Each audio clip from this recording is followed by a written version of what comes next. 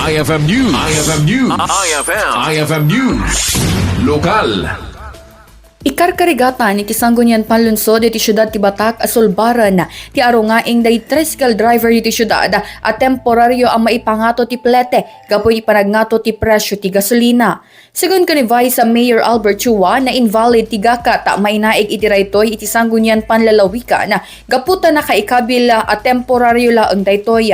Inlawlawag ni Chua at temporaryo laeng daytoy gaputa iti agdama ket nangato ti presyo ti gasolina kani di maputar ket ipasa ito ay kada 70 ti kada 70 a pisos iti kada litro ti gasolina ket ita ket ngimaton na gapoy ti daytoy inpaima na iti Committee on Laws ken Transportation na tapno mga mataming da ti adda nga tapno masulbara iti nasawa kalikagom dagiti tricycle driver iti agdama ket iti dati paylaeng ti masurot apaman daytoy ket moornos.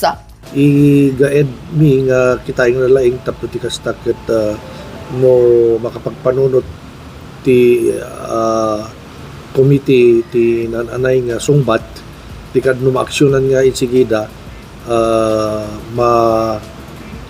ma-addressan mat DJ concerns iti tricycle drivers and operators ken digiti riding public digiti agluglugan.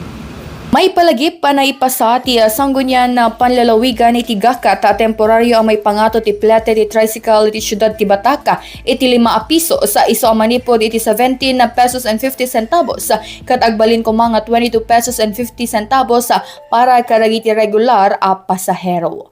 Para iti IFM News sa Idol Bernadette Toledo tatak IFM.